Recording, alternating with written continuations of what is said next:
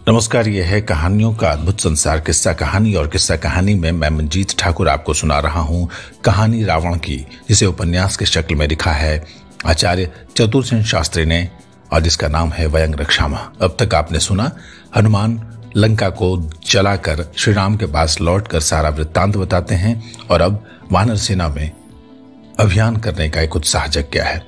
सुनिए आगे।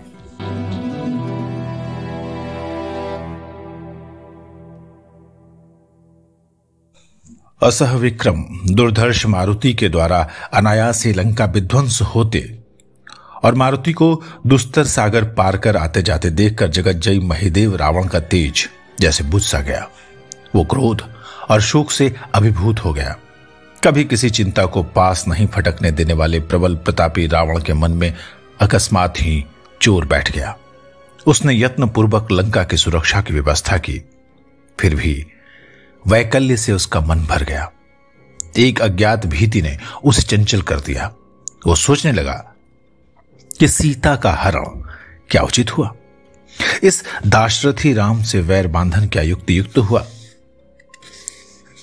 क्या यह भी संभव है कि वो राज्य भ्रष्ट मानव राजकुमार एक स्त्री के लिए अगम्य लंका तक आने का दुस्साहस करे?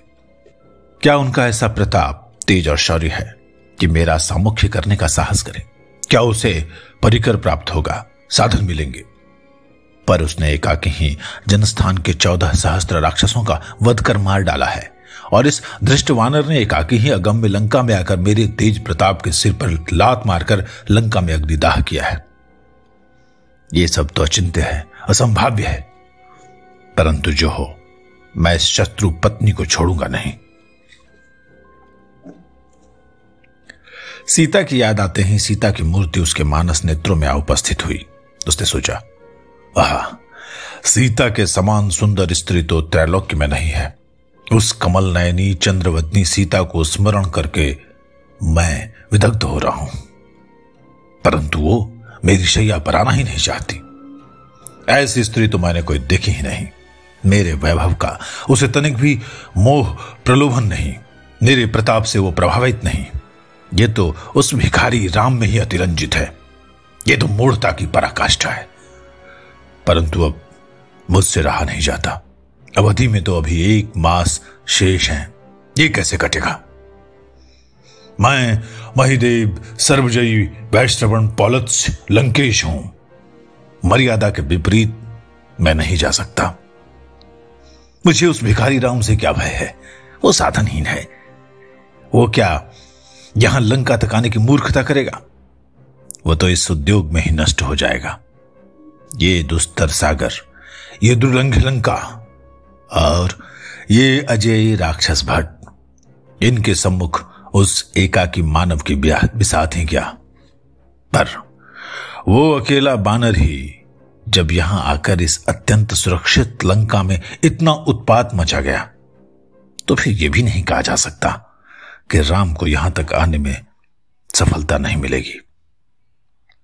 कार्य सिद्धि के साधन अकल्पनीय हुआ करते हैं। इन सब विचारों ने रावण को अस्थिर कर दिया। सहस्त्रों सुंदरियों तथा भोग सामग्रियों से परिपूर्ण उसका मणिमहालय अब उसके अशांत और उद्विग्न मन को प्रसन्न नहीं कर सका। नृत्य, पान और विहार से उसकी रुचि खत्म हो गई। हनुमान का असीम पराक्रम और राम की भीति एक अशुभ छाया के समान उस महाप्रतापी वैश्रवण के संपूर्ण व्यक्तित्व पर छा गई। उसने अपने विश्वासी अमात्य महापार्श्व को बुलाकर परामर्श किया। महापार्श्व ने करबद्ध निवेदन किया, देव, हिंस्र वन जंतुओं से परिपूर्ण वन प्रदेशों में आकर जो पुरुष मधु पाकर भी उसका सेवन न करे, उसे पान करने को विकल न रहे, उसे मूर्ख ही समझना चाहिए। आप जगज्जयी हैं, महिदेव हैं, पृथ्वी के स्वामियों के स्वामी हैं, आप ईश्वर हैं। क्यों नहीं आप इस शत्रु पत्नी सीता को जबरदस्ती अपने पलंग पर ले आते हैं? इच्छा पूर्ति के बाद फिर भय क्या है? शत्रु पत्नी दूषित होने पर फिर भला राम उसका क्या करेगा? इसके अतिरिक्त यदि किसी प्रकार यह भय उपस्थित हुआ भी तो उसका उचित प्रतिकार किया जाएगा। आप चिंतित न हो, महाबली कुंभकर्ण, तेजस्वी इंद्रजीत आपकी सेवा में उपस्थित है।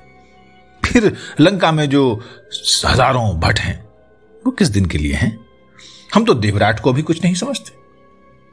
यहां आपका शत्रु आया भी तो हम उसे देखते ही मार डालेंगे, आप निश्चिंत रहिए। मंत्री महापार्श्व के ऐसे अनुकूल वचन सुनकर रावण प्रसन्न तो हुआ, परंतु उसने कहा, मैं महिदेव हूं, जगज्जयी हूं। देव, दैत्य, दानव सभी ने अपनी कन्याएं मुझे सादर अर्पित की हैं। बहुत नाग, दैत्य, दक्ष सुंदरियों का मैंने हरण किया है। वे सब मेरी शैया पर आना अपना परम सौभाग्य समझती हैं। सभी मेरा अभिनंदन करती हैं। सभी का मैं स्वामी के समान उपभोग करता हूं। फिर क्या कारण है कि एक मानवीय स्त्री मेरा तिरस्कार करे? जबरदस्ती करने से सौंदर्य का क्या रस प्राप्त होगा? अरे, स्त्री जब तक स्वेच्छा से तन मन पुरुष को अर्पण न करे तब तक उस स्त्री का आनंद क्या? ये मानवी मेरे समस्त ऐश्वर्य का तिरस्कार करती है, मेरी मर्यादा का विचार नहीं करती, मुझ जगज्जयी से उस भिखारी राम को श्रेष्ठ समझती है। ये कैसे सहन कर सकता हूं मैं? फिर वो शत्रु पत्नी है। उस मानव ने मेरी बहन का तिरस्कार किया है। अब उसकी स्त्री मैंने अपने कौशल से हरण की है तो उस पर मेरा ही अधिकार है। वो मेरी शैया पर प्रसन्नता से आए, मुझे अपना तन मन अर्पण करे, तभी उसके पति राम के दुष्कर्म का प्रतिकार हो। पशु की भांति जबरदस्ती करने से मेरी ही मर्यादा भंग होगी। भला पृथ्वी की कोई स्त्री मुझे तुच्छ समझे और वो जीती रहे, यह भी संभव? मेरी मर्यादा है। मैं सुकुल उत्पन्न वैश्रवण पौलत से रावण लंकेश हूं, मुनि कुमार हूं, 7 द्वीपों का महिदेव हूं, जगज्जयी हूं। इस शत्रु पत्नी को मेरी शैया पर आकर स्वेच्छा से अपना तन और मन मुझे अर्पित कर कृतार्थ होना चाहिए, नहीं तो अवधि के बाद अवश्य मेरे रसोइये उसके हृदय मेरे कलेवे के लिए पकाएंगे। जाओ, उस मानवी को सूचित करो। वानरों के दल बादल समुद्र तट पर आने लगे। इसकी सूचना चरों ने रावण को दी। रावण ने आज्ञा प्रचारित की कि सब सभासद सभा भवन में उपस्थित हों। राक्षस संदेशवाहक रावण का आदेश लंका के भवनों में, शयन गृहों में, क्रीड़ा स्थलों में, उद्यानों में जा जाकर राक्षस सामंतों में और सभासदों को सुनाए। सभासद शस्त्र और वस्त्र से सज्जित होकर राजा की आज्ञा पाकर कोई रथ पर, कुछ पैदल ही चल दिए। सभासदों की सवारियों से लंका के राजपथ भर गए। चहल पहल से, लोगों की बातचीत से मुखरित हो उठे। उन्हें देखने को उत्सुक नागर जहां तहां भीड़ लगाकर खड़े हो गए। पौर वधुएं झरोखों से झांकने लगी। रक्षेंद्र भी सोने की जाली और मणि मूगों से सुशोभित रथ पर आरूढ़ होकर सभा भवन को चला। ढाल खड्ग धारण करने वाले अनेकों शस्त्रास्त्रों से सुसज्जित राक्षस उसके आगे आगे चले। अनेक बलवान राक्षस उसे दाएं बाएं और पीछे से घेर कर चले। रथ वाले रथों पर, हाथी सवार हाथियों पर, घोड़सवार घोड़ों पर, हाथ में तोमर गदा शूल लेकर रावण के साथ चले। उस समय सहस्त्रों भेरियां बज रही थी जिनसे गंभीर शब्द होता था। आगे आगे बंदीजन स्तुति सुनता रावण सभा भवन में जा पहुंचा। उसके वहां पहुंचते ही तुमुल शंख ध्वनि हुई। रावण के रथ पर चंद्रमा के समान श्वेत छत्र शोभायमान था। उसके दोनों ओर स्फटिक मणि से निर्मित स्वर्ण मंजरियों से युक्त चंबर और पंखे झले जा रहे थे। इधर उधर प्रमुख राक्षस सुभट सभासद सिर झुकाए खड़े थे।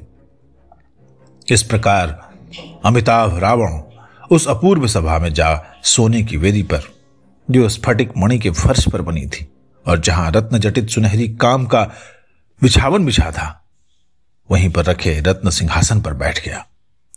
इस भवन के 600 पिशाचों ने भूमि में गिरकर रक्षेंद्र को प्रणाम किया। अन्य सभासद भी रक्षेंद्र को प्रणाम कर चौकी, आसन और आसंदियों पर बैठ गए। ये सभी सभासद प्रत्येक कार्य की सुगम से सुगम व्यवस्था करने में कुशल और समुचित समयानुकूल मत देने में निपुण थे। इसी समय रक्षेंद्र, विभीषण, कुंभकर्ण और युवराज मेघनाद भी अपने अपने श्रेष्ठ घोड़ों के स्वर्ण रथों में बैठकर सभा में आकर अपना नाम कहकर रक्षेद्र के चरणों में प्रणाम कर अपने आसन पर आ बैठे। रावण के 8 मंत्री भी अपने अपने आसनों पर बैठ गए।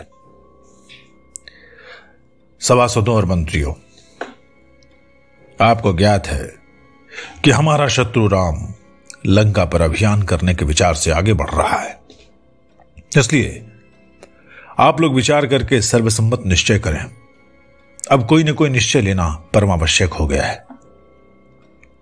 अब आप वही सोचें जिसमें राक्षसों का कल्याण हो और हमारी लंका को दुर्दिन का मुंह नहीं देखना पड़े। धर्म, अर्थ और काम विषयक कठिनता उपस्थित होने पर आप ही लोग प्रिय अप्रिय, लाभ हानि, सुख दुख, हित अहित का विचार करने में पूर्ण समर्थ हैं। आप लोगों की सम्मति से प्रारंभ किया गया मेरा कोई भी काम कभी निष्फल नहीं गया। आप ही के सहयोग से मैं ये दुर्लभ राज्य लक्ष्मी भोग रहा हूं। मैंने जो काम किया है उसके विषय में भी मैं आप लोगों की सम्मति पहले लेना चाहता था, पर ऐसा कर नहीं सका। अब मैं कहता हूं कि दंडकारण्य से अपने वैरी दाशरथी राम की पत्नी हरण कर लाया हूं। राम से यद्यपि मुझे भय नहीं है, फिर भी इस संबंध में विचार तो कर लेना चाहिए। फिर आगामी कार्यक्रम की योजना बनानी चाहिए। आप ही की सहायता से मैंने पृथ्वी को जय किया है, देवेंद्र को बंदी बनाया है। आप लोग अभी मेरे सहायक हैं। सीता का पता लगाकर दोनों मानव कुमार समुद्र के उस पार आ पहुंचे हैं और इस पार आने का उद्योग कर रहे हैं। यद्यपि उनका यह प्रयत्न हास्यास्पद है, फिर भी हमें ऐसा उपाय सोच रखना चाहिए जिसमें दोनों भाई मारे जाएं और सीता को लौटाना न पड़े। आपकी ही योजना सुना सर मैं काम करूंगा। मैं तो यही समझता हूं कि वानरी सेना के लिए समुद्रोल्लंघन अत्यंत दुष्कर है। फिर भी यदि वो यहां आ भी जाए तो संसार में मैं कोई ऐसी शक्ति नहीं देखता जो संग्राम में मुझे विजित कर सके। रावण के ये वचन सुनकर कुंभकर्ण गुस्से में आ गया। उसके बाद कुंभकर्ण ने क्या कहा, यह सुनिए अगले एपिसोड में।